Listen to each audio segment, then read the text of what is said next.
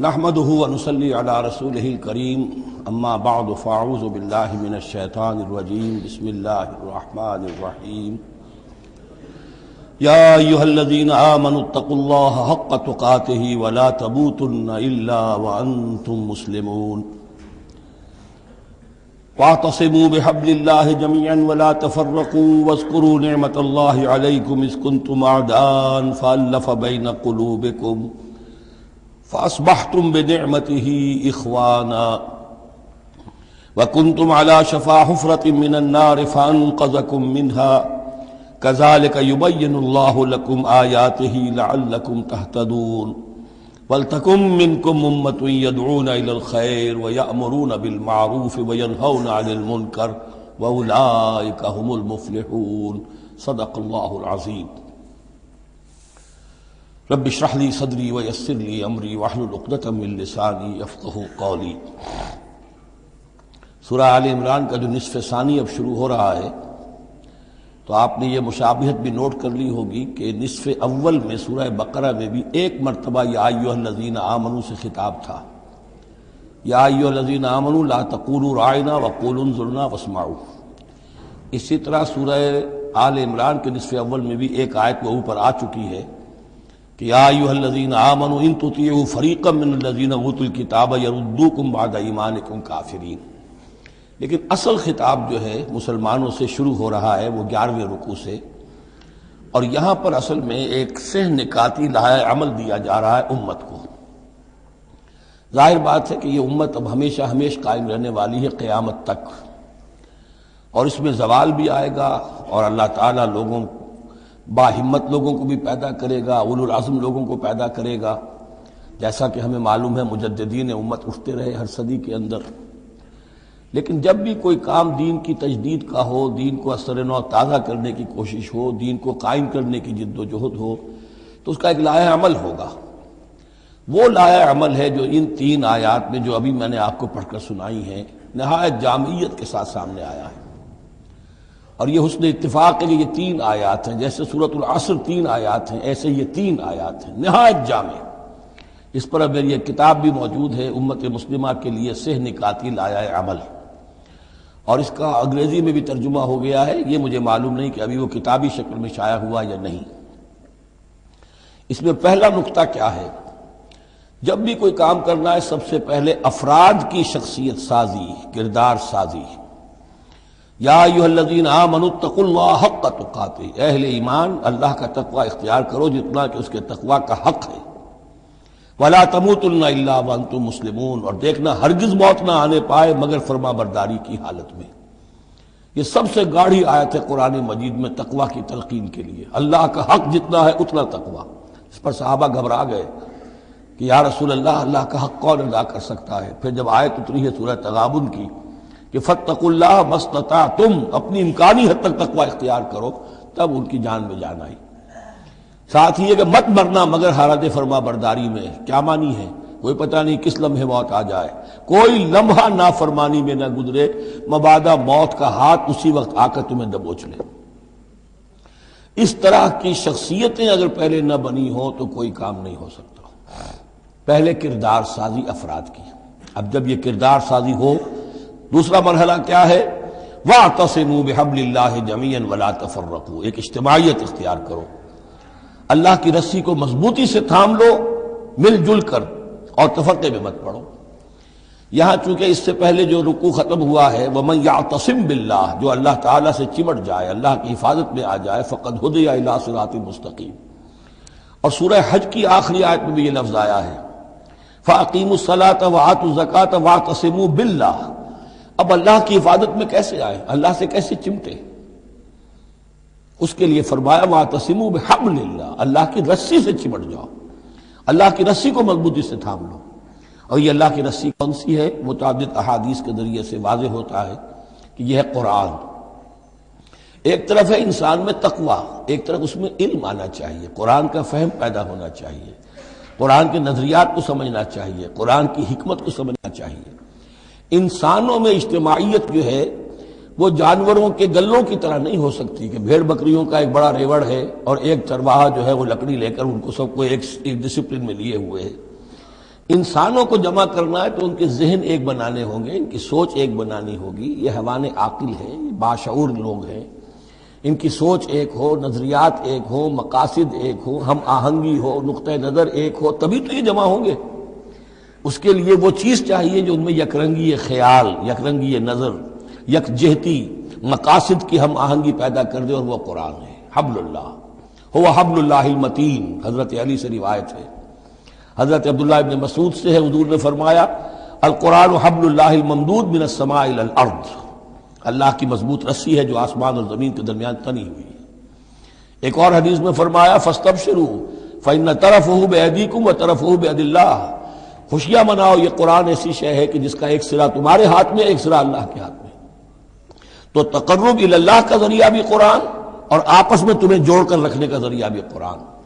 یہی وجہ ہے کہ ہماری ساری یہ تحریک جو ہے میری، اس کا اصل جو منبع ہے، سر چشمہ ہے، اس کا مبنا ہے، مدار ہے، وہ دعوت رجوع القرآن. پوری زندگی میں نے اپنی الحمدللہ کھپائی ہے اس کام میں، اور اسی کے ذریعے سے انجمن خدام القرآن اور قرآن اکیڈمیز، پھر 1 ایئر کورس. نوجوان جو ہیں، تعلیم یافتہ لوگ ہیں، وہ پی ایچ ڈی بھی کر چکے ہیں، وہ ڈاکٹر بھی بن گئے ہیں، وہ انجینئر بھی ہیں، لیکن دین کی طرف سے جاہل ہیں، قرآن سمجھ نہیں سکتے. وہ آئیں، 1 سال رہیں ہمارے پاس، عربی سیکھیں، قرآن سیکھیں، تاکہ اس پر عمل ہو سکے. یہ قرآن کا جو 1 سالہ کورس ہے وہ اس سال پھر اس اکیڈمی میں شروع ہونے والا ہے انشاءاللہ. فروری کی 16 تاریخ سے اس کا آغاز ہوگا، تو آپ لوگ اسے نوٹ کریں. اور یہ قرآن مجید کے ساتھ آپ کی وابستگی ہوگی تو پھر دین کے سوکھ پر آگے چلیں گے. تو دوسرا نقطہ ہوا واعتصموا بحبل اللہ جميعا ولا تفرقوا واذکروا نعمت اللہ علیکم اذ کنتم اعداء، اور ذرا یاد کرو جو اللہ کا انعام تم پر ہوا کہ تم تو ایک دوسرے کے دشمن تھے. فالف بین قلوبکم، تو اللہ نے تمہارے دلوں کے اندر الفت پیدا کر دی. فاصبحتم بنعمتہ اخوانا، تم اللہ کے فضل و کرم سے بھائی بھائی بن گئے. یہ یہاں گویا کہ اولین مخاطب یہاں انصار ہیں. ان کے جو 2 قبیلے تھے اوس اور خزرج، وہ آپس میں لڑتے آ رہے تھے 100 برس سے، خاندانی دشمنیاں چلی آ رہی تھی، قتل کے بعد قتل، ادھر کا قتل ادھر کا قتل. لیکن اب جب یہ ایمان آیا، اللہ کی کتاب آ گئی، محمد الرسول اللہ آ گئے، تو اب وہ شیر و شکر ہو گئے، ان کے جھگڑے ختم ہو گئے. اس طرح پورے عرب کے اندر غارت گری ہوتی تھی، اسے دارالامن بنا دیا. وَكُنْتُمْ عَلَىٰ شَفَا حُفْرَةٍ مِّنَ النَّارِ، اور تم تو آگ کے گڑھے کے کنارے تک پہنچ گئے تھے، بس اس میں گرنے والے تھے. فَأَنْقَذَكُم مِّنْهَا، تو اللہ نے اس سے تمہیں نکال لیا اور بچا لیا.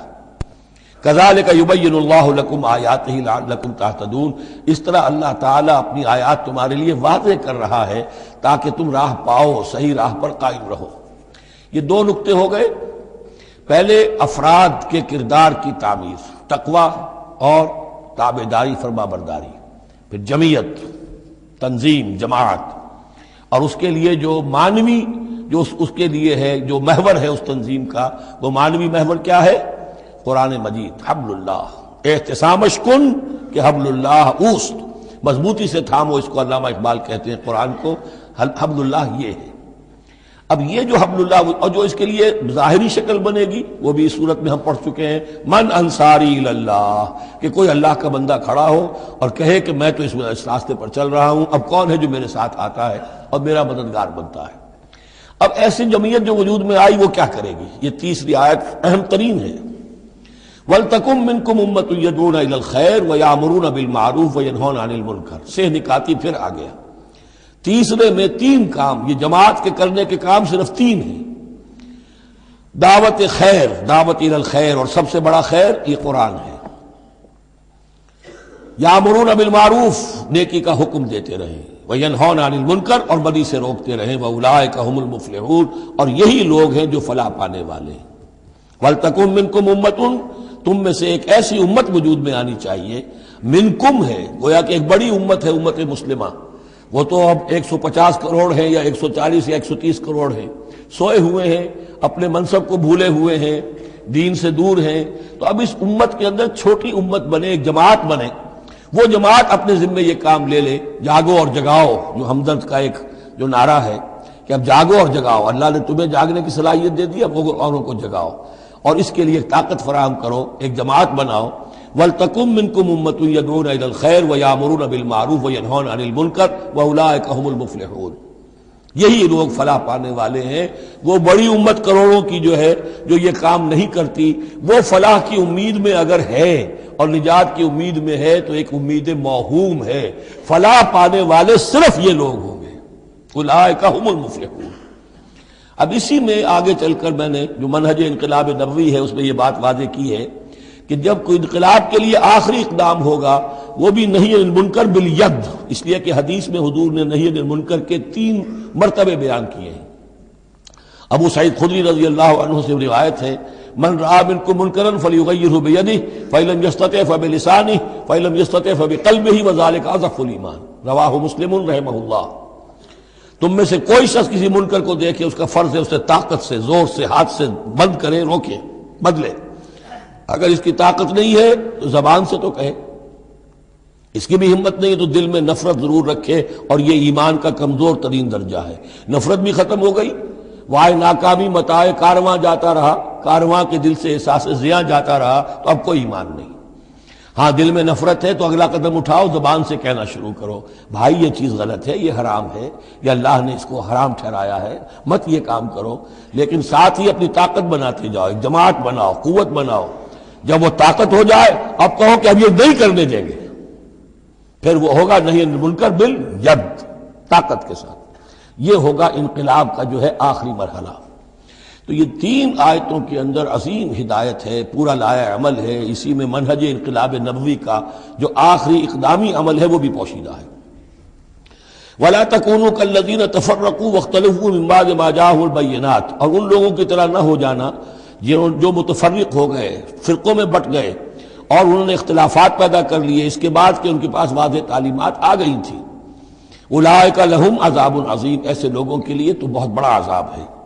یوم تبیض وجوہ وتسود وجوہ، اب یہ آخرت کا ذکر ہے جس دن کے بعض چہرے جو ہیں بڑے روشن اور تابناک ہوں گے اور بعض چہرے جو ہیں وہ سیاہ ہوں گے۔ فاما الذین اسودت وجوہہم، تو جن لوگوں کے اس دن چہرے سیاہ ہوں گے یہ وہ کون ہوں گے؟ اکفرتم بعد ایمانکم، یہ وہی لوگ ہوں گے جو ایمان کے بعد کفر میں لوٹ گئے، ہدایت کے آنے کے بعد تفرقے میں پڑ گئے، زدم زدہ میں پڑ گئے، انہوں نے اس عبد اللہ کو چھوڑ دیا۔ اکفرتم بعد ایمانکم فذوقوا العذاب بما کنتم تکفرون، تو اب ذرا مزہ چکھو اس عذاب کا، اس کفر کی باعث جو تم کرتے رہے تھے۔ واما الذین ابیضت وجوہہم، اور وہ لوگ جن کے چہرے سفید ہوں گے، روشن ہوں گے، تابناک ہوں گے، ففی رحمت اللہ ہم فیہا خالدون، وہ اللہ کی رحمت میں ہوں گے اور اس میں ہمیشہ ہمیشہ رہیں گے۔ تلک آیات اللہ نتلوہا علیک بالحق، یہ اللہ کی آیات ہیں جو ہم آپ کو پڑھ کر سنا رہے ہیں حق کے ساتھ۔ وما اللہ یرید ظلما للعالمین، اور اللہ تعالیٰ تو جہان والوں کے لیے ظلم کا ارادہ نہیں رکھتا۔ لوگ اپنے اوپر ظلم کرتے ہیں، خود غلط راستے پر پڑتے ہیں اور اس کی پھر ان کو سزا دنیا اور آخرت میں بھگتنی پڑتی ہے۔ وَلِلَّهِ مَا فِي السَّمَاوَاتِ وَمَا فِي الْأَرْضِ، جیسا کہ میں نے عرض کیا اکثر اہم بحثوں کے بعد پھر یہ آیت آتی ہے اس طرح کی کہ گویا کہ یہ ایک کنکلوڈنگ ریمارک، اللہ ہی کے لیے ہے جو کچھ آسمانوں اور زمین میں ہے، وَإِلَى اللَّهِ تُرْجَعُ الْأُمُورُ، اور بالآخر سارے معاملات اللہ ہی کی طرف لوٹا دیے جائیں گے۔ كُنتُمْ خَيْرَ أُمَّةٍ أُخْرِجَتْ لِلنَّاسِ، تم وہ بہترین امت ہو جسے لوگوں کے لیے برپا کیا گیا ہے، یعنی یہ پوری امت مسلمہ اس لیے بنائی گئی تھی۔ یہ دوسری بات ہے امت مسلمہ بھول جائے، جب بھول جائے تو پھر جو بھی ان میں سے جاگے وہ دوسروں کو جگا کر اس امہ ودن امہ، اس امت کے اندر اندر جماعت، پارٹی ودن پارٹی، امہ ودن امہ بنائیں اور وہ کام کریں جو اوپر ہے۔ لیکن حقیقت میں تو اس امت مسلمہ کا ایز سچ مجموعی طور پر فرض منصبی یہی ہے۔ کنتم خیر امت، دیکھیے یہ اس آیت کو رکھیے اب سورہ بقرہ میں جو آیت تھی، وَكَذَلِكَ جَعَلْنَاكُمْ أُمَّةً وَسَطًا لِتَكُونُوا شُهَدَاءَ عَلَى النَّاسِ وَيَكُونَ الرَّسُولُ عَلَيْكُمْ شَهِيدًا، اسی کے ہم وزن یہ آیت ہے سورہ آل عمران کی، کنتم خیر امت اخرجت للناس، تم بہترین امت ہو جسے لوگوں کے لیے نکالا گیا ہے۔ دنیا کی اور قومیں اپنے لیے زندہ رہتی ہیں، اپنی ترقی، اپنی بہتری، اپنی بہبود، اپنی دنیا میں عزت، اپنے دائرے کو بڑھانا، لیکن مسلمان کو جینا ہے، ہم تو جیتے ہیں کہ دنیا میں تیرا نام رہے، کہیں ممکن ہے کہ ساقی نہ رہے، جام رہے، زیادہ سے زیادہ لوگوں کو ہدایت کی طرف بلانا، لوگوں کو جہنم کی آگ سے بچانے کی کوشش کرنا، تمہیں جینا ہے ان کے لیے، وہ جیتے ہیں اپنے لیے۔ کنتم خیر امت اخرجت للناس، تمہیں نکالا گیا ہے، برپا کیا گیا ہے لوگوں کے لیے، تامرون بالمعروف، تم حکم کرتے ہو نیکی کا، وتنہون عن المنکر، اور تم روکتے ہو بدی سے، وتؤمنون باللہ، اور تم ایمان رکھتے ہو اللہ پر۔ یہ کیفیت تھی پوری امت مسلمہ کی حضور کے وقت، اور وہ جو پہلے بتایا گیا ہے وہ اس وقت کے لیے ہے جب کہ امت سو گئی ہو، امت بھول گئی ہو اپنے مقصد وجود کو۔ تو ظاہر بات ہے جن کو ہوش آ جائے وہ لوگوں کو جگائیں اور ایک نئی جمعیت فراہم کریں۔ وَلَوْ آمَنَ أَهْلُ الْكِتَابِ لَكَانَ خَيْرًا لَهُمْ، اگر یہ اہل کتاب ایمان لے آتے تو یہ ان کے حق میں بہت بہتر تھا۔ مِنْهُمُ الْمُؤْمِنُونَ، ان میں ہے کچھ لوگ جو ایمان والے ہیں، یعنی ان میں سے مراد وہ بھی ہو سکتے ہیں جو اس وقت تک یہودیوں میں سے یا نصرانیوں میں سے ایمان لا چکے تھے، اور یہ بھی ہو سکتا ہے جن کے اندر پوٹینشلی ایمان تھا اور کچھ عرصے کے بعد کہا جا رہا کہ وہ ایمان لے آئیں گے۔ وَأَكْثَرُهُمُ الْفَاسِقُونَ، لیکن ان کی اکثریت جو ہے اب وہ فاسقوں اور نافرمانوں پر مشتمل ہے۔ وہی معاملہ جو امت مسلمہ کا آج ہو چکا، اکثریت کا حال کیا ہے وہ دیکھ لیجیے آپ۔ لَن يَضُرُّوكُمْ إِلَّا أَذًى، اے مسلمانوں یہ تمہیں نقصان نہیں پہنچا سکیں گے مگر کچھ تھوڑی سی کوفت، بہرحال تمہارے لیے کوفت کا سبب تو بنتے رہیں گے، لیکن یہ تمہیں کوئی ضرر بالفعل پہنچا نہیں سکیں گے۔ وَإِن يُقَاتِلُوكُمْ يُوَلُّوكُمُ الْأَدْبَارَ، اور اگر یہ کہیں تم سے جنگ کریں گے تو پیٹھ دکھا دیں گے، ان میں جرت نہیں ہے، ان بزدل ہیں، یہ تمہارا مقابلہ نہیں کر سکیں گے۔ ثم لا ينصرون، پھر ان کی مدد نہیں کی جائے گی۔ ضربت علیہم الذلہ، اب وہ آیت آ گئی سورہ بقرہ کے وہ جو 7ویں رکوع کے آخر میں آئی تھی، بس تھوڑا سا ترتیب کا فرق ہے۔ ضربت علیہم الذلۃ اینما ثقفوا، ان کے اوپر ذلت تھوپ دی گئی ہے، مسلط کر دی گئی ہے جہاں بھی پائے جائیں، الا بحبل من اللہ وحبل من الناس، سوائے یہ کہ اللہ کا کوئی سہارا انہیں ہو، کسی وقت اللہ انہیں سہارا دے دے، یا ان کا سہارا بن جائیں لوگ، جیسے آج پوری عیسائی دنیا ان کا سہارا بنی ہوئی ہے۔ اسرائیل قائم ہے تو اپنے بل پر نہیں، پوری عیسائی دنیا کی سپورٹ پر قائم ہے۔ ابھی جو یہ جنگ ہوئی تھی خلیج کی جنگ، تو جو اس کا کمانڈر ان چیف تھا، اس کا وہ نام میرے ذہن سے اس وقت اتر رہا ہے، اس نے صاف کہہ دیا تھا، اس لیے کہ فوجی لوگوں کی زبان سے نکل جاتا ہے، جن کے منہ سے نکل جاتی ہے، جن کے منہ سے سچی بات مستی میں، فقیہ مصلحت بھی سے وہ رند بادہ خار اچھا، انہوں نے صاف کہہ دیا تھا یہ پوری جنگ ہم نے اسرائیل کے تحفظ کے لیے لڑی ہے۔ کس قدر خون ریزی ہوئی ہے، صرف اسرائیل کا تحفظ پیش نظر تھا، تو یہ ساری سپورٹ ان کی ہے۔ ضربت علیہم الذلۃ اینما ثقفوا الا بحبل من اللہ وحبل من الناس وباؤوا بغضب من اللہ، اور یہ اللہ تعالیٰ کا غضب جو ہے اور غصہ انہوں نے حاصل کر لیا ہے۔ وضربت علیہم المسکنہ، اور ان کے اوپر کم ہمتی مسلط کر دی گئی ہے۔ ذالک بانہم کانوا یکفرون بآیات اللہ، جو کہ تو وہی الفاظ آ رہے ہیں، اور اللہ تعالیٰ تو ظالم نہیں ہے، تو ان کا یہ حشر اس لیے ہوا ہے کہ یہ اللہ تعالیٰ کی آیات کا انکار کرتے رہے۔ وَيَقْتُلُونَ الْأَنْبِيَاءَ بِغَيْرِ حَقٍّ، اور انبیاء تک کو قتل کرتے رہے ناحق۔ ذَلِكَ بِمَا عَصَوْا وَكَانُوا يَعْتَدُونَ، اور یہ ہوا اس لیے کہ انہوں نے نافرمانی کی روش اختیار کی اور حدود سے تجاوز کیا۔ لیسوا سواء، پھر وہی بات جو میں عرض کر چکا ہوں، یہ سب کے سب برابر نہیں ہیں، ان میں سے اچھے بھی ہیں برے بھی ہیں۔ من اہل الکتاب امۃ قائمۃ یتلون آیات اللہ آناء اللیل وہم یسجدون، اہل کتاب میں ایسے لوگ بھی ہیں جو کھڑے رہنے والے لوگ ہیں، سیدھے راستے پر ہیں، اللہ کی آیات پڑھتے رہتے ہیں رات کے اوقات میں اور سجدہ بھی کرتے ہیں۔ خاص طور پر چونکہ یہاں اہل کتاب کا لفظ آ رہا ہے، جو عیسائی راہب تھے حضور کے زمانے میں، ان پہ کثیر تعداد جو ہے وہ اس کردار کی حامل تھی۔ انہی میں سے ایک بحیرہ راہب تھا جس نے بچپن میں حضور کو پہچان لیا تھا، تو ان میں ایسے لوگ موجود تھے۔ یقیناً کوئی چھپے ہوئے ہوں گے یہود میں بھی، لیکن اکثر و بیشتر یہود میں سے یہ کردار ختم ہو چکا تھا، بہت ہی چند لوگ، لیکن عیسائیوں میں بکثرت موجود تھے۔ لیسوا سواء من اہل الکتاب امۃ قائمۃ یتلون آیات اللہ آناء اللیل وہم یسجدون یؤمنون باللہ والیوم الآخر، وہ ایمان رکھتے ہیں اللہ پر اور یوم آخر پر، وَيَأْمُرُونَ بِالْمَعْرُوفِ وَيَنْهَوْنَ عَنِ الْمُنْكَرِ، نیکی کا حکم دیتے ہیں بدی سے روکتے ہیں، وَيُسَارِعُونَ فِي الْخَيْرَاتِ، اور نیکیوں میں ایک دوسرے سے آگے نکلنے کی کوشش کرتے ہیں، وَأُولَٰئِكَ مِنَ الصَّالِحِينَ، اور یقیناً یہ صالحین میں سے ہیں، وَمَا يَفْعَلُوا مِنْ خَيْرٍ فَلَنْ يُكْفَرُوهُ، جو خیر بھی یہ کریں گے تو اس کی ناقدری نہیں کی جائے گی۔ وَاللَّهُ عَلِيمٌ بِالْمُتَّقِينَ، اللہ تعالیٰ اپنے ایسے متقی بندوں سے واقف ہے۔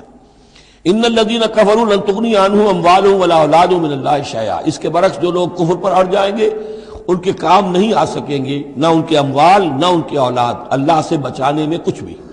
وَأُولَٰئِكَ أَصْحَابُ النَّارِ، وہ جہنمی ہیں، ہم فیہا خالدون، اسی میں رہیں گے۔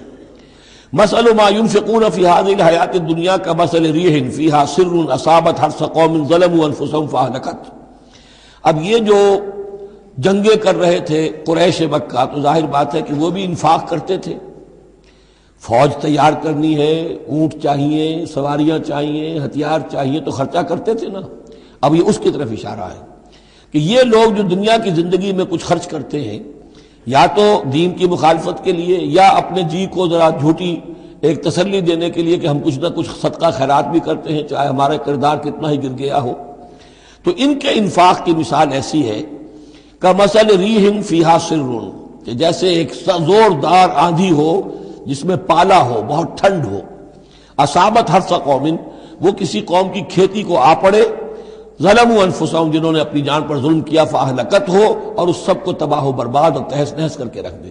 یعنی ان کی یہ نیکیاں، ان کا یہ انفاق، ان کی یہ جد و جہد، یہ سب کی سب بالکل ضائع ہو جانے والی ہیں، ہبط ہو جانے والی نیکیاں، اور ضائع جانے والی ان کی ساری مساعی اور دوڑ دھوپ۔ وما ظلمهم اللہ ولکن انفسهم یظلمون، اور انہوں نے، ان پر اللہ نے کوئی ظلم نہیں کیا، بلکہ وہ اپنی جانوں پر خود ظلم ڈھا رہے ہیں۔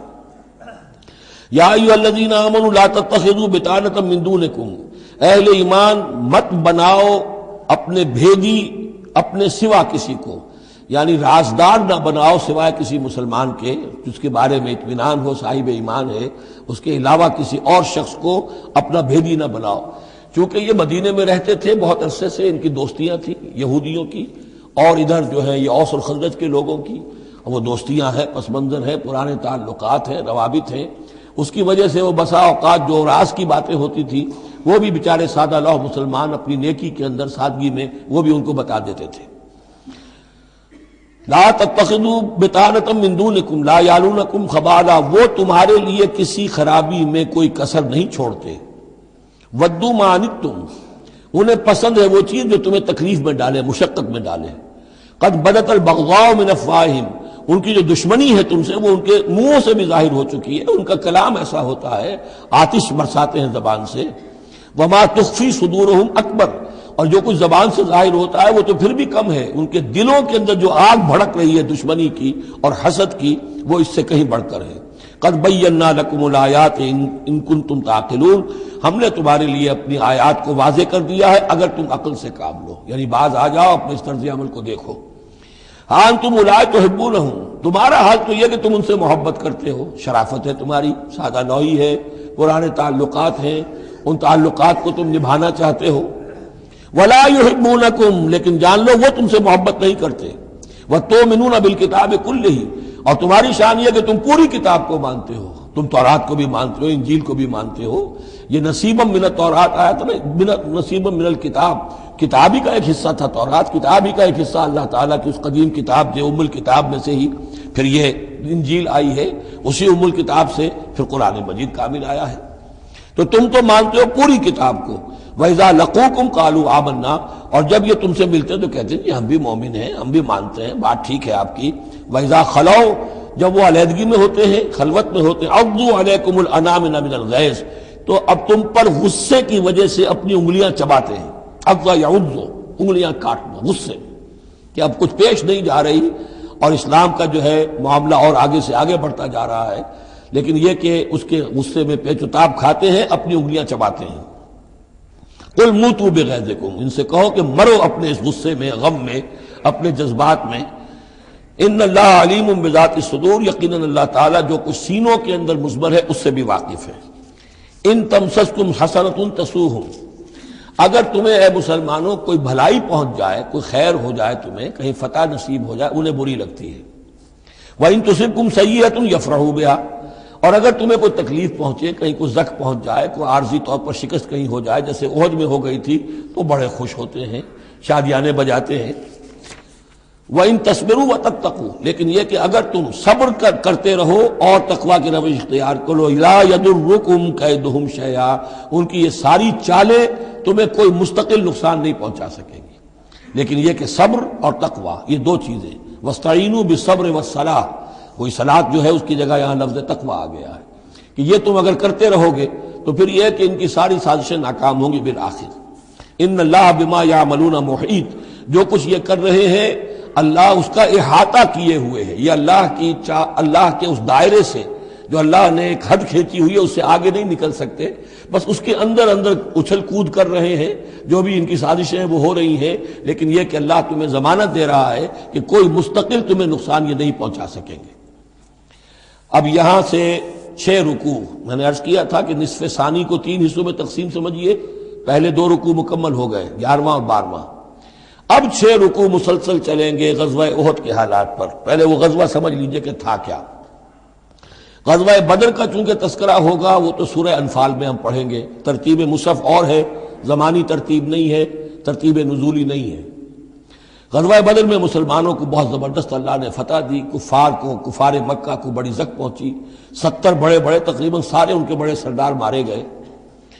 ان کے اندر اب جو جلن تھی اور غصہ تھا، اور عرب کا یہ مزاج تھا کہ بدلہ لینا ہے، لہذا 1 سال کے اندر انہوں نے پوری تیاری کی، تمام جو بھی کر سکتے تھے ساز و سامان جمع کیا، 3000 کا لشکر لے کر۔ اور اب ابو سفیان، ابو جہل تو مارا جا چکا تھا، وہ تھا سردار جو کہ بدر میں آیا تھا فوج لے کر۔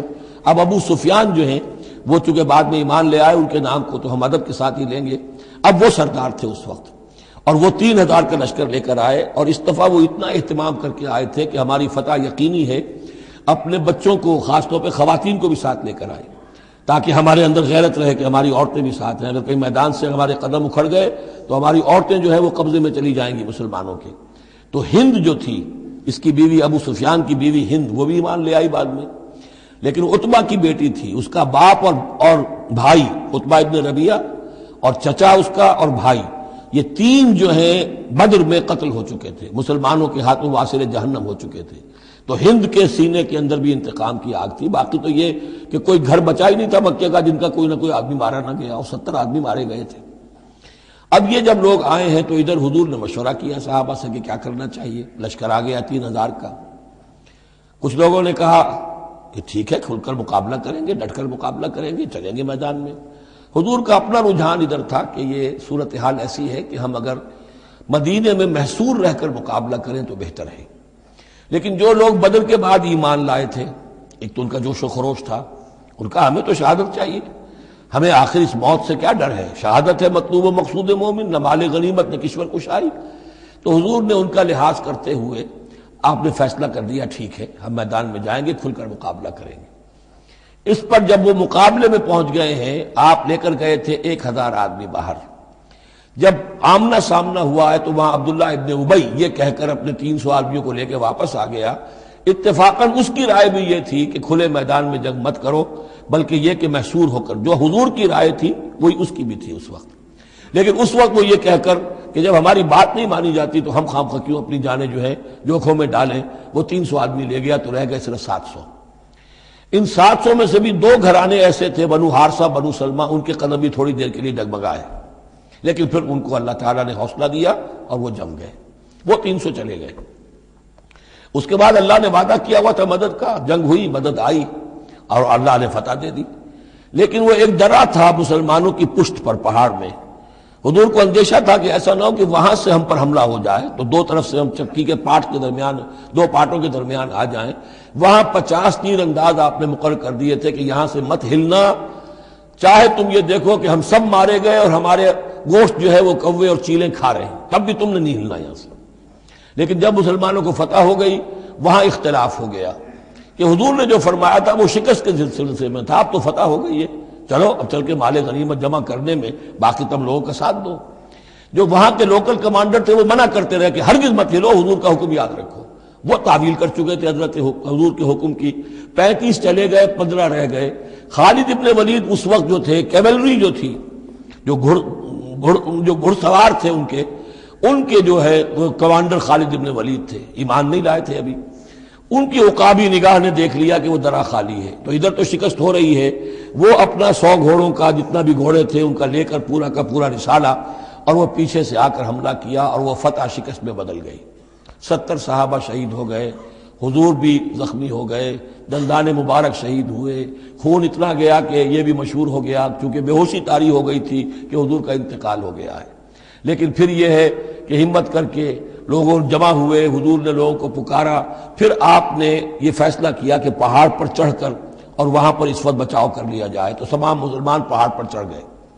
اب موقع یہ تھا ان کے لیے، ابو سفیان اور دوسری طرف جو یہ ان کے ساتھی جو کیولری کے سردار تھے خالد بن ولید، ان میں اختلاف ہو گیا۔ خالد بن ولید کا کہنا یہ تھا کہ ان کا پیچھا کرو اور ختم کر کے ہی چلو، یہاں سے پہاڑ پر چڑھو۔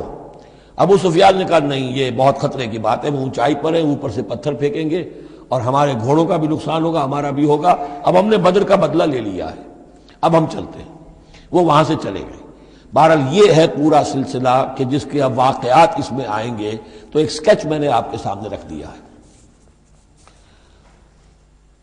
وَإِذْ غَدَوْتَ مِنْ أَهْلِكَ تُبَوِّئُ الْمُؤْمِنِينَ مَقَاعِدَ لِلْقِتَالِ، اور یاد کریے اے نبی صلی اللہ علیہ وسلم، جب کہ آپ صبح کو اپنے گھر سے نکلے تھے، اپنے حضرت عائشہ صدیقہ کے حجرے سے آپ برآمد ہوئے تھے، تُبَوِّئُ الْمُؤْمِنِينَ، اور آپ لوگوں کو مقاعد للقتال، آپ لوگوں کو ان کے مورچوں میں بٹھا رہے تھے، یعنی آپ جب صف بندی کر رہے تھے وہاں اور مورچے معین کر رہے تھے۔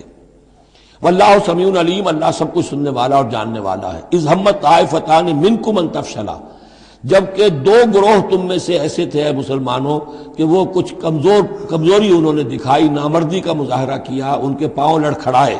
واللہ ولیہما، حالانکہ اللہ تعالیٰ ان کا پشت پناہ تھا۔ وعلی اللہ فلیتوکل المؤمنون، اور اللہ تعالیٰ پر ہی توکل کرنا چاہیے اہل ایمان کو۔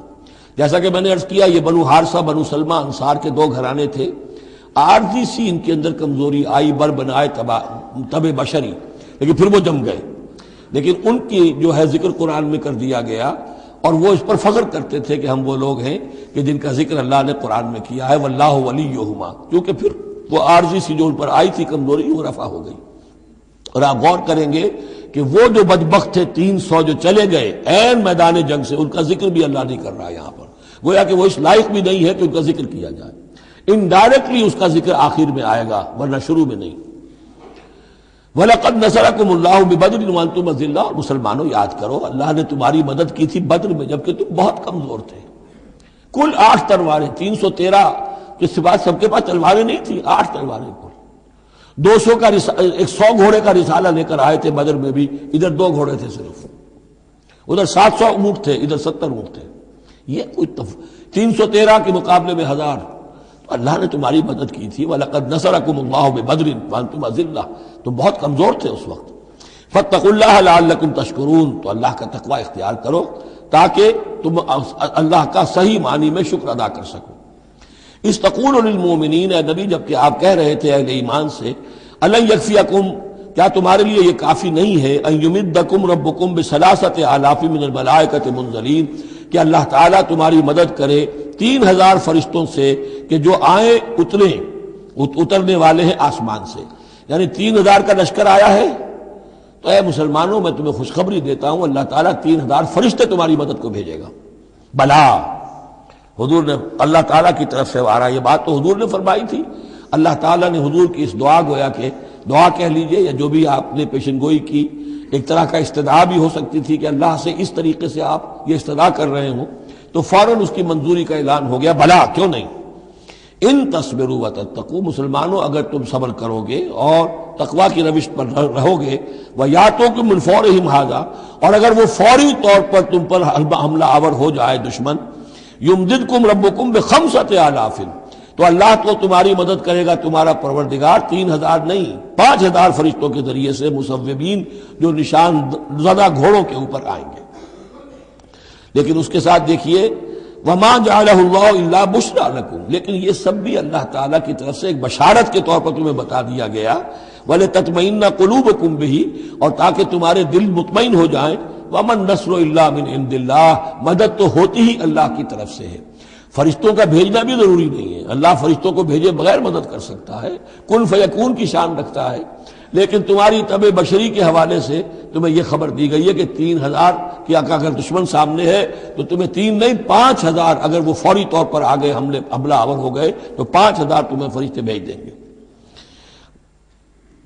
لِيَقْطَعَ طَرَفًا مِّنَ الَّذِينَ كَفَرُوا، یہ اللہ تعالیٰ چاہتا ہے کہ یہ کافروں کا ایک بازو کاٹ دے، اور یکبتہم، یا ان کو ذلیل کر دے، فینقلبوا خائبین، تاکہ پھر وہ لوٹ جائیں بہت ہی خائب و خاسر ہو کر، ناکام ہو کر۔ اب یہ گفتگو ذہن میں رکھیے، ترتیب جو ہے وہ نہیں ہے۔ پہلے جو ذکر ہو رہا ہے وہ تو آپ میدان جنگ میں پہنچ چکے تھے، اور یہ ذکر ہو رہا ہے اس سے پہلے کا، جب خبریں پہنچی ہوں گی کہ 3000 کا لشکر آ رہا ہے، اس وقت جو گفتگو ہوئی ہے۔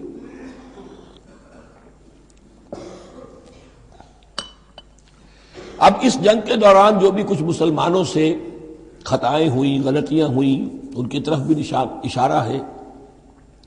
اس میں بعض ایک معاملہ ایسا بھی ہوا جو حضور سے بھی خطا کا ایک معاملہ ہوا، اس کے اوپر بھی گرفت ہے، بلکہ سب سے پہلے حضور والے معاملے کو لیا جا رہا ہے۔ جب آپ زخمی ہو گئے شدید اور آپ پر بے ہوشی بھی طاری ہوئی، پھر جب ہوش میں آیا تو آپ کی زبان پر یہ الفاظ آ گئے، کیف یہدی اللہ قوما خضبوا وجہ نبیہم بالدم، اللہ اس قوم کو کیسے ہدایت دے گا جس نے اپنے نبی کے چہرے کو خون سے رنگ دیا، کیونکہ تلوار کا وار پڑا تھا آپ کی یہ چیک جو ہے، چیک بون پر، یہ جو ہڈی ہے چہرے کی، اور اس سے 2 آپ کے دانت بھی شہید ہو گئے تھے، اور یہ کہ فوارہ خون کا چھوٹا تھا، اور اس فوارے سے ظاہر بات ہے آپ کا پورا چہرہ لہو لہان، پورا جسم، اور خون اتنا گیا کہ آپ پر بے ہوشی طاری ہو گئی۔ کیف یہدی اللہ قوما، اللہ کیسے ہدایت دے گا اس قوم کو، خضبوا جنہوں نے رنگ دیا، وجہ نبیہم اپنے نبی کے چہرے کو، بالدم خون سے۔ اس پر گرفت ہو رہی ہے۔ لیس لک من الامر شیء، اے نبی آپ کا کوئی اختیار نہیں ہے، آپ کا کام ہے دعوت دینا، تبلیغ کرنا، لوگوں کی ہدایت و ضلالت کا فیصلہ ہم کرتے ہیں، آپ نہیں کرتے۔ اور دیکھیے اللہ نے کیا شان دکھائی، جس شخص کی وجہ سے یہ سب کچھ ہوا ہے، خالد ابن ولید، حضور ہی کے زبان مبارک سے اسے خطاب دلوایا، خالد سیف من سیوف اللہ، خالد اللہ کی تلواروں میں سے تلوار ہے۔ حالانکہ یہ ساری زخم جو پہنچی ہے وہ حضرت خالد ابن ولید اس وقت تک جو وہ کفر کے سرداروں میں سے تھے اور وہ آئے تھے۔ لیس لک من الامر شیء، اے نبی یہ اختیار آپ کا نہیں ہے، اور یتوب علیہم اور یعذبہم، اللہ کے اختیار میں، وہ چاہے گا تو ان کی توبہ کی توفیق دے دے گا، وہ ایمان لے آئیں گے، یا اللہ چاہے گا انہیں عذاب دے گا، فإنہم ظالمون، اس لیے کہ ظالم تو ہیں، انہوں نے گناہ تو کیا ہے، غلط کام کر رہے ہیں، سزا کے وہ حقدار ہو چکے ہیں، لیکن ہو سکتا ہے اللہ انہیں ہدایت دے دے۔ اب دیکھیے یہ وقت کی بات ہوتی ہے۔ چند سال پہلے طائف میں وہ دعا جو ہے آپ سے کہا گیا، فرشتہ آیا کہ اے نبی جنہوں نے آپ پر پتھراؤ کیا ہے اور آپ کی توہین و تذلیل کی ہے، یہ ملک الجبال جو ہے کہتا ہے کہ میں حاضر ہوں، مجھے اللہ نے بھیجا ہے، آپ فرمائیں تو ان دونوں پہاڑوں کو ٹکرا دوں جن کے مابین یہ وادی کے اندر یہ شہر طائف آباد ہے، تاکہ یہ سب پس جائیں، سرما ہو جائیں۔ آپ نے فرمایا نہیں، کیا عجب کہ اللہ تعالیٰ ان کی آئندہ نسلوں کو ہدایت دے دے۔ لیکن اب یہ مرحلہ کچھ ایسا تھا کہ زبان مبارک سے وہ جملہ نکل گیا۔ یہ بھی ہو سکتا ہے کچھ چونکہ بے ہوشی سے ایک دم اٹھے ہیں تو اس وقت شاید پوری طریقے سے آپ جو ہے اپنے پوری طرح اپنے حواس جو ہے ابھی بحال نہیں ہوئے تھے اور یہ الفاظ نکل گئے۔ لیکن اللہ تعالیٰ کا معاملہ یہ الرب رب وإن تنزل والعبد عبد وإن ترقى، بندہ بندہ ہی رہتا ہے چاہے کتنا ہی بلند ہو جائے، اور رب رب ہی ہے چاہے کتنا ہی نزول فرما لے۔ اب تو وہ وقت ہے نا، رات کا پچھلا پہر شروع ہو رہا ہے نا، اللہ تعالیٰ سمائے دنیا تک نازل ہوں گے، اور شب معراج میں حضور 7ویں آسمان پر چلے گئے۔ اللہ اس پہلے آسمان پر آ کر بھی رب ہے، اور حضور اس 7ویں آسمان پر پہنچ کر بھی بندے ہیں۔ الرب رب وإن تنزل والعبد عبد وإن ترقى وللہ ما فی السماوات وما فی الارض، اللہ ہی کے لیے ہے جو کچھ کہ ہے آسمانوں اور زمین میں۔ یغفر لمن یشاء ویعذب من یشاء، وہ جس کو چاہتا ہے بخش دیتا ہے، جس کو چاہتا ہے عذاب دیتا ہے۔ واللہ غفور الرحیم، اللہ غفور الرحیم ہے۔ یا ایھا الذین آمنوا لا تاکلوا الربا اضعافا مضاعفہ، اہل ایمان سود مت کھاؤ دوگنے پر دگنا۔ یہ جو کمپاؤنڈ انٹرسٹ ہے، بڑھتا چڑھتا رہتا ہے، یہ اصل میں پہلی آیت جو ہے سود کی حرمت میں وہ یہ ہے۔ بلکہ نوٹ کیجئے، جیسا کہ میں نے نوٹ کرا دیا تھا کل آپ کو، سب سے پہلے ایک مکی صورت میں سورہ روم میں بات آ گئی تھی، ما آتیتم من ربا لیربو فی اموال الناس فلا یربو عند اللہ وما آتیتم من زکاۃ تریدون وجہ اللہ فاولئک هم المضعفون۔ تو انفاق فی سبیل اللہ اور سود کو ایک دوسرے کے مقابل رکھ کر جو بھی اس سود کے اندر جو قباحت اور شناعت تھی وہ واضح کر دی. جیسے کہ شراب اور جوئے کی جو خرابی تھی اس کو سورۃ البقرہ میں بیان کر دیا تھا. اب یہاں وہ دوسرا آ گیا معاملہ کہ یہ کم سے کم سود کی شرح جو بہت زیادہ، جسے یوجری کہتے ہیں آج کل، یہ سود کے جو ذاتی مسائل کے لیے لیتے ہیں، ہمارے ہاں بھی ایسے سود خور موجود ہیں، بہت ہائی ریٹ آف انٹرسٹ پر وہ دیتے ہیں لوگوں کو قرض اور ان کا خون چوس جاتے ہیں. تو پہلے اس سود کی مذمت آئی ہے. آخری حکم ہے پھر اس سود کا جو بیع کے اندر سود ہے، وہ ہے وہ حکم کہ جو سن 9 میں نازل ہوا، لیکن ترتیب مصحف میں وہ سورہ بقرہ میں ہے. وہ پورا رکوع ہم پڑھ چکے ہیں، اور اس رکوع کی آخری آیت وہ ہے جو قرآن مجید کی آخری آیت ہے ترتیب نزولی میں، وَاتَّقُوا يَوْمًا تُرْجَعُونَ فِيهِ إِلَى اللَّهِ. یہ کیوں یہاں پر آیت آئی ہے؟ اس لیے کہ محسوس ایسا ہوتا ہے کہ وہ جو 35 تیر انداز وہاں سے چھوڑ کر چلے گئے تھے تو کوئی ان کے تحت الشعور میں مال غنیمت کی کوئی طلب تھی جو نہیں ہونی چاہیے تھی. اس حوالے سے کہ سود خوری جو بھی ہے یہ انسان کے اندر مال سے محبت ایسی پیدا کر دیتی ہے جس کی وجہ سے اس کے کردار کے اندر بڑے بڑے خلا پیدا ہو سکتے ہیں. لہذا یہاں اسی کے حوالے سے یا ایھا الذین آمنوا لا تاکلوا الربا اضعافا مضاعفۃ واتقوا اللہ لعلکم تفلحون، اور اللہ کا تقوی اختیار کرو تاکہ تم فلاح پاؤ. واتقوا النار التی اعدت للکافرین، اس آگ سے بچو، ڈرو اس آگ سے جو کافروں کے لیے تیار کی گئی ہے، بھڑکائی گئی ہے. واطیعوا اللہ والرسول لعلکم ترحمون، اور اللہ اور اس کے رسول کی اطاعت کرتے رہو تاکہ تم پر رحم کیا جائے. وسارعوا الی مغفرۃ من ربکم، اور دوڑو اپنے رب کی مغفرت کے حصول کے لیے. وجنۃ عرضھا السماوات والارض، اور اس جنت کو حاصل کرنے کے لیے جس کا پھیلاؤ آسمانوں اور زمین جتنا ہے. اعدت للمتقین، وہ تیار کی گئی ہے، سنواری گئی ہے، اس کا سنگھار کیا گیا ہے اہل تقوی کے لیے.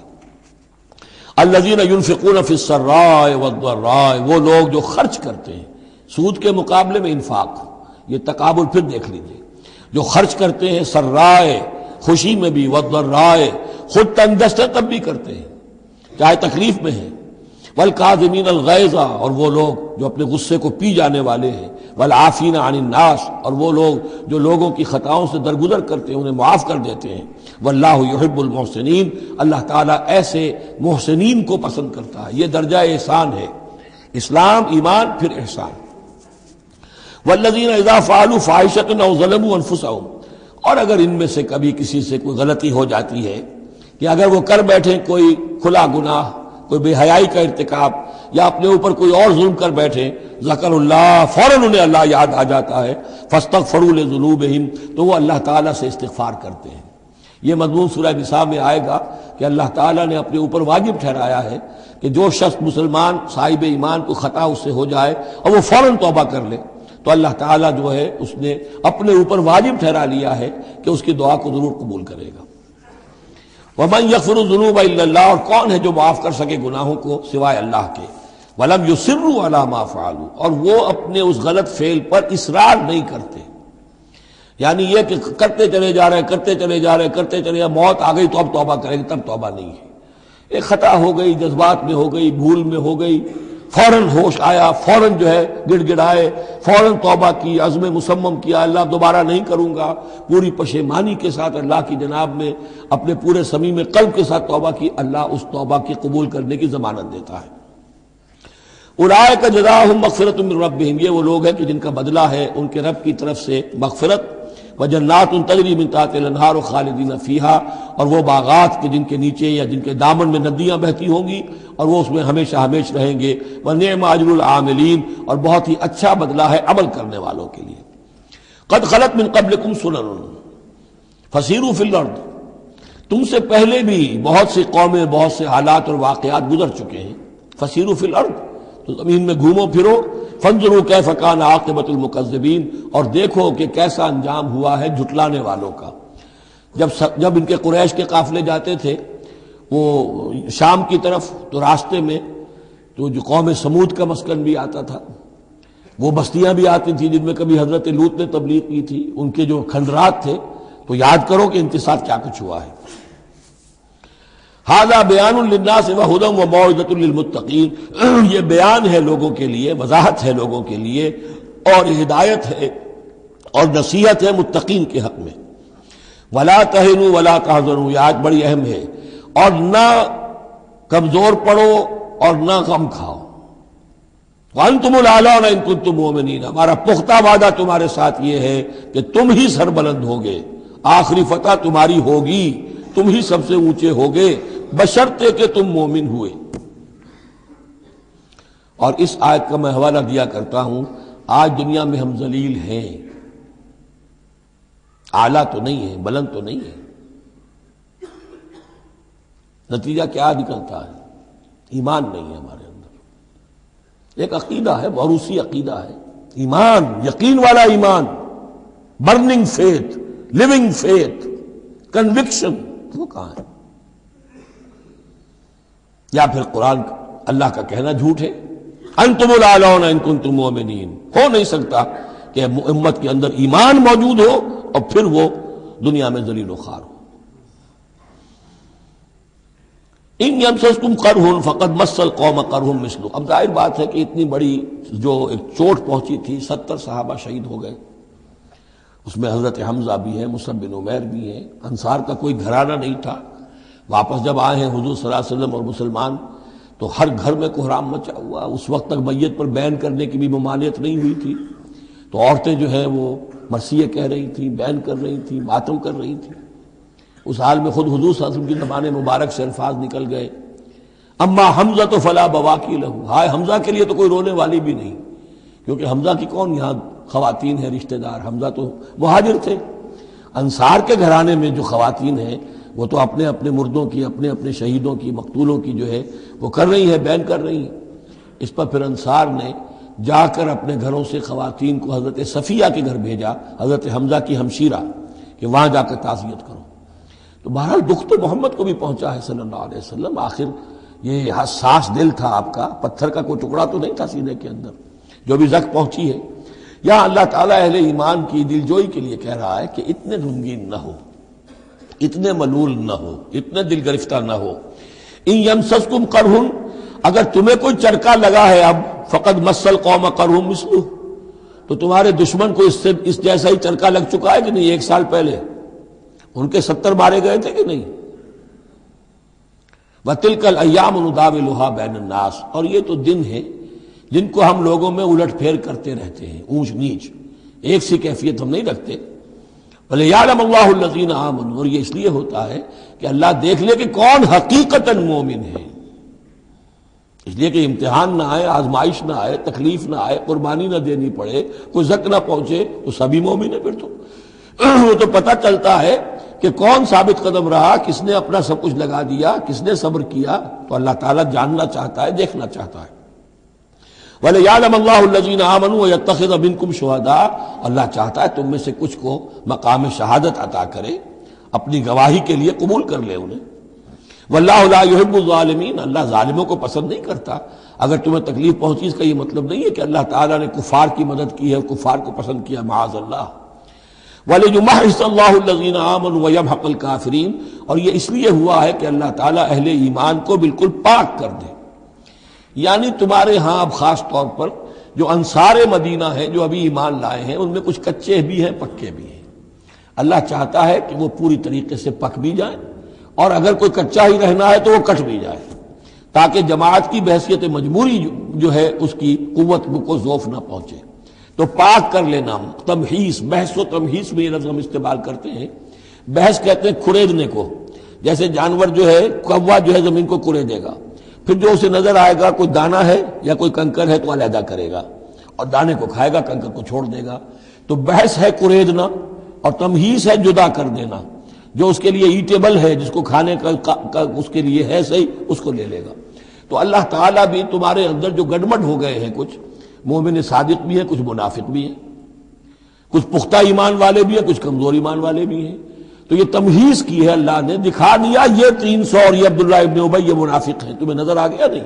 ورنہ کیسے نظر میں آتا؟ وَلِيُمَحِّصَ اللَّهُ الَّذِينَ آمَنُوا، تاکہ اللہ تعالیٰ اہل ایمان کو بالکل خالص کر دے، وَيَمْحَقَ الْكَافِرِينَ، اور کافروں کو مٹا دے۔ ام حسبتم ان تدخلوا الجنہ، اب یہ آیت تقریباً وہی ہے وہ جو اس سے پہلے ہم پڑھ چکے ہیں۔ نوٹ کر لیجئے، وہاں وہ آیت نمبر 142 تھی، 214 اور یہاں 142 ہے، ڈیجٹس وہی ہیں، آگے پیچھے ان کی ترتیب بدلی ہوئی ہے، اور جمع کریں گے تو 7 کا ہندسہ بنے گا۔ آیت نمبر 214 تھی، ام حسبتم ان تدخلوا الجنہ ولما یاتکم مثل الذین خلوا من قبلکم مستهم الباساء والضراء وزلزلوا حتى يقول الرسول والذین آمنوا معه متى نصر اللہ الا ان نصر اللہ قریب۔ وہی ہے آیت اب یہ، ام حسبتم ان تدخلوا الجنہ، کیا تم نے سمجھا تھا کہ جنت میں داخل ہو جاؤ گے؟ وَلَمَّا يَعْلَمِ اللَّهُ الَّذِينَ جَاهَدُوا مِنكُمْ، ابھی تو اللہ نے دیکھا ہی نہیں ہے تم میں سے کون واقعتاً جہاد کرنے والے ہیں، ابھی تو امتحان ہے، ابھی اس کے امتحان اور بھی ہیں، ابھی تو تمہارے لیے بڑی سے بڑی منزلیں، کڑی سے کڑی منزلیں آنے والی ہیں۔ وَلَمَّا يَعْلَمِ اللَّهُ الَّذِينَ جَاهَدُوا مِنكُمْ وَيَعْلَمَ الصَّابِرِينَ، اور ابھی تو اللہ تعالیٰ نے دیکھا ہی نہیں ہے کہ کون ہے تمہارے اندر جو واقعتاً اللہ کی راہ میں صبر اور استقامت کا ثبوت دیتے ہیں۔ وَلَقَدْ كُنْتُمْ تَمَنَّوْنَ الْمَوْتَ مِنْ قَبْلِ أَنْ تَلْقَوْهُ، اور تمہارا حال یہ ہے کہ تم موت کی تمنا کرتے تھے اس سے پہلے کہ وہ ان سے ملاقات ہوئی۔ یہ وہ جو نئے لوگ ایمان لائے تھے اور نوجوان تھے، ان کا تھا ہمیں تو شہادت چاہیے اور ہم تو کھلے میدان میں جائیں گے، یہ اب ان کے اوپر تھوڑا سا تبصرہ ہو رہا ہے کہ اس وقت تو شہادت کا بڑا ذوق و شوق جو ہے اور جوش جہاد اور ذوق شہادت کا اظہار ہو رہا تھا، اب تم نے موت دیکھ لی ہے نا، تو یہ ہے موت، اتنی اچھی چیز نہیں ہے موت، اتنی آسانی سے انسان اسے قبول نہیں کرتا۔ وَلَقَدْ كُنْتُمْ تَمَنَّوْنَ الْمَوْتَ مِنْ قَبْلِ أَنْ تَلْقَوْهُ، تم تمنائے کرتے تھے موت کی، شہادت کی، اس سے پہلے کہ اس سے ملاقات ہوتی۔ فَقَدْ رَأَيْتُمُوهُ وَأَنْتُمْ تَنْظُرُونَ، تو اب تم نے اسے دیکھ لیا ہے اپنی آنکھوں سے، نگاہوں سے موت نکلی۔ وَمَا مُحَمَّدٌ إِلَّا رَسُولٌ، اسی میں ایک دفعہ یہ بھی ہو گیا تھا کہ کچھ لوگوں نے یہ کہا کہ جب محمد کا انتقال ہو گیا تو اب کس لیے جنگ کرنی ہے؟ حضرت عمر بھی ہیں ان میں سے، جب خبر یہ اڑ گئی کہ حضور فوت ہو گئے، انہوں نے تلوار پھیر دی بیٹھ گئے، اب کس کے لیے جنگ کرنی؟ تو اس میں کہا گیا کہ یہ تو تمہارا غلط رویہ ہے، گرفت ہو رہی ہے، ہر ایک کے اوپر گرفت ہوگی، پہلی گرفت محمد پر ہو گئی صلی اللہ علیہ وسلم، لیس لک من الامر شیء، تو حضرت عمر بہرحال حضور کے مقابلے میں تو کوئی حیثیت نہیں، ان پر بھی گرفت ہو رہی ہے۔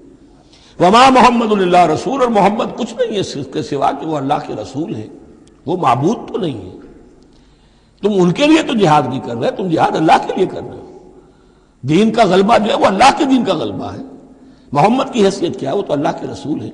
وما محمد الا رسول قد خلت من قبلہ الرسل، اور ان سے پہلے بہت سے رسول گزر چکے، افئن مات، تو اگر وہ ان کا انتقال ہو جائے، او قتلا، یا بالفرض وہ قتل ہو جائیں، انقلبتم علی اعقابکم، تو کیا تم اپنی ایڑیوں کے بل لوٹ جاؤ گے؟ یہی تمہارے دین اور ایمان کی حقیقت ہے۔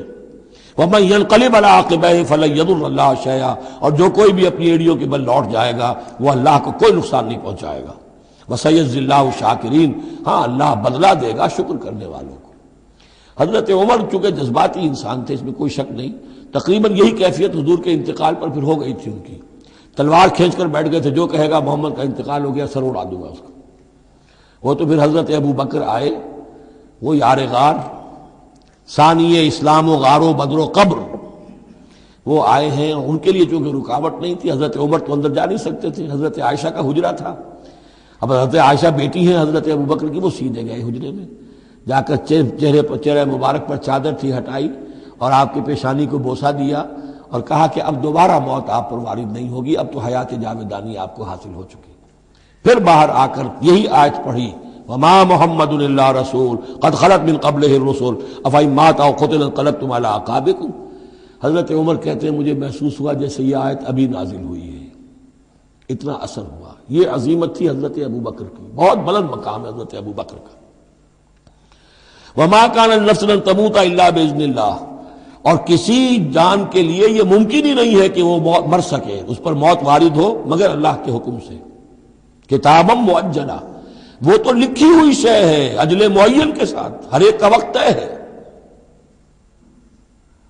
Death is the best guard, آپ کا باڈی گارڈ جو ہے سب سے بہترین وہ موت ہے، موت کا وقت جب ہے تبھی آئے گی، اس سے پہلے کوئی آپ کے لیے موت لا نہیں سکتا۔ لہذا سب سے بڑی حفاظت انسان کے لیے خود اس کی موت ہے۔ وما كان لنفس ان تموت الا باذن الله كتابا مؤجلا، وَمَن يُرِدْ ثَوَابَ الدُّنْيَا نُؤْتِهِ مِنْهَا، جو کوئی دنیا کا اجر و ثواب چاہتا ہے ہم اسے دیتے ہیں۔ یہ سورہ بقرہ میں بھی ہم پڑھ چکے تھے حج کے ذکر میں۔ وَمَن يُرِدْ ثَوَابَ الْآخِرَةِ نُؤْتِهِ مِنْهَا، اور جو واقعتاً آخرت کا ثواب چاہتا ہے، بدلہ چاہتا ہے، جزا چاہتا ہے اپنے اعمال کی، ہم اس میں سے اس کو دیں گے۔ وَسَنَجْزِي الشَّاكِرِينَ، اور شکر کرنے والوں کو ہم جزا دیں گے۔ وَكَأَيٍّ مِّن نَّبِيٍّ قَاتَلَ مَعَهُ رِبِّيُّونَ كَثِيرٌ، اور اے مسلمانوں یہ تمہارے ساتھ جو واقعہ پیش آیا ہے وہ پہلا تو نہیں ہے، کتنے ہی نبی ایسے گزرے ہیں کہ ان کے ساتھ ہو کر ربیون، یہ ربی ربائی جو ان کا یہودیوں کے ہاں آج بھی لفظ چلتا ہے، ربانیون، ربائز، ربی، جو اللہ والے ہیں، اللہ کے ماننے اور چاہنے والے، اللہ کے متوالے، اللہ کے دیوانے۔ کائیم من نبی، کتنے ہی نبی گزرے ہیں، قاتل معاہو، ان کے ساتھ ہو کر جنگ کیا، ربیون نے، کثیر، اللہ والوں نے، اللہ کے غلاموں نے، اللہ کے عاشقوں نے۔ فما وہنوا لما اصابہم فی سبیل اللہ، تو اللہ کی راہ میں جو بھی تکلیفیں ان پر آئیں اس میں انہوں نے جی نہیں ہارا۔ وما ضعفوا، نہ انہوں نے کمزوری دکھائی۔ وما استکانوا، نہ ہمت ہاری۔ واللہ یحب الصابرین، اور اللہ تعالیٰ کو ایسے صابروں ہی سے محبت ہے۔ تو اے مسلمانوں ان کا کردار اپناؤ اور دل گرفتہ نہ ہو۔ وما كان قولهم الا ان قالوا ربنا اغفر لنا ذنوبنا واسرافنا في امرنا، اور ان کا تو ہر مرحلے پر یہی قول ہوتا تھا کہ وہ دعا کرتے تھے، اے رب ہمارے بخش دے ہمیں ہمارے گناہ، واسرافنا فی امرنا، اور اگر ہم سے اپنے کسی معاملے میں حد سے تجاوز ہو جائے، جیسے کچھ تجاوز ہو گیا حضور سے کہ آپ نے وہ الفاظ فرما دیے، کیف یہدی اللہ قوما خضبوا وجہ نبیہم بالدم، یا جیسے حضرت عمر سے ہو گیا کہ تلوار پھینک کر بیٹھ گئے۔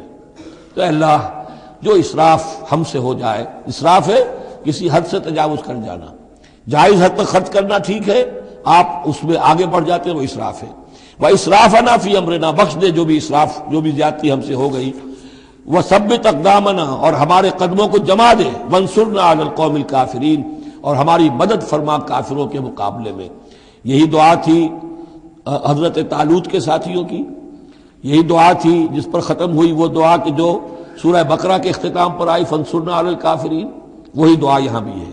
فآتاہم اللہ ثواب الدنیا وحسن ثواب الآخرہ، تو ان لوگوں کو اللہ تعالیٰ نے عطا فرمایا دنیا کا ثواب بھی، دنیا میں بھی سربلندی دی، فتوحات دی، وحسن ثواب الآخرہ، اور آخرت کے ثواب کا تو بہت ہی عمدہ حصہ ان کے لیے ہے۔ واللہ یحب المحسنین، اور اللہ تعالیٰ جو ہے ایسے محسنین کو پسند کرتا ہے۔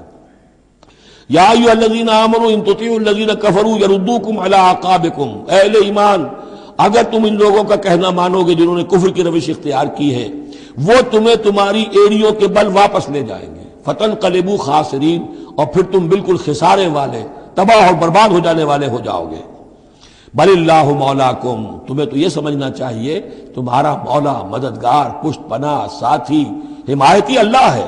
وَهُوَ خَيْرُ النَّاصِرِينَ، اور وہی ہے کہ جو سب سے بڑھ کر مدد کرنے والا، سب سے اچھا مددگار ہے۔ سَنُلْقِي فِي قُلُوبِ الَّذِينَ كَفَرُوا الرُّعْبَ، ہم ان قریب کافروں کے دلوں میں رعب ڈال دیں گے، بِمَا أَشْرَكُوا بِاللَّهِ، اس سبب سے کہ انہوں نے شرک کیا اللہ کے ساتھ، مَا لَمْ يُنَزِّلْ بِهِ سُلْطَانًا، اور ایسی چیزوں کو شریک ٹھہرایا، ایسی ہستیوں کو یا چیزوں کو جس کے لیے اللہ تعالیٰ نے کوئی سند نہیں اتاری۔ وَمَأْوَاهُمُ النَّارُ وَبِئْسَ مَثْوَى الظَّالِمِينَ، اور اللہ ان کا ٹھکانہ جو ہے وہ جہنم ہے، اور بہت ہی برا ٹھکانہ ہے ظالموں کے لیے۔ یہ اصل میں اس آیت میں توجیہ ہو رہی ہے کہ وہ کیوں چلے گئے جبکہ اس درجے ان کو یعنی کھلی فتح حاصل ہو چکی تھی، مسلمانوں کو ہزیمت ہو گئی، حضور اور صحابہ جو ہے انہوں نے پناہ لے لی ہے پہاڑ کے اوپر جا کر۔ خالد بن ولید کہہ بھی رہے ہیں کہ اس معاملے کو اب ختم کرنا چاہیے، روز روز کا ٹنٹا جو ہے وہ اب نہ رہے، لیکن ابو سفیان کے اندر دل میں کوئی ایسا رعب اللہ نے اس وقت ڈال دیا کہ وہاں سے وہ چلے گئے، ورنہ یہ کہ واقعتاً اس وقت صورتحال جو ہے مسلمانوں کے لیے بہت مخدوش ہو چکی تھی۔ بارک اللہ لی ولکم فی القرآن العظیم ونفعنی وإیاکم بالآیات والذکر الحکیم۔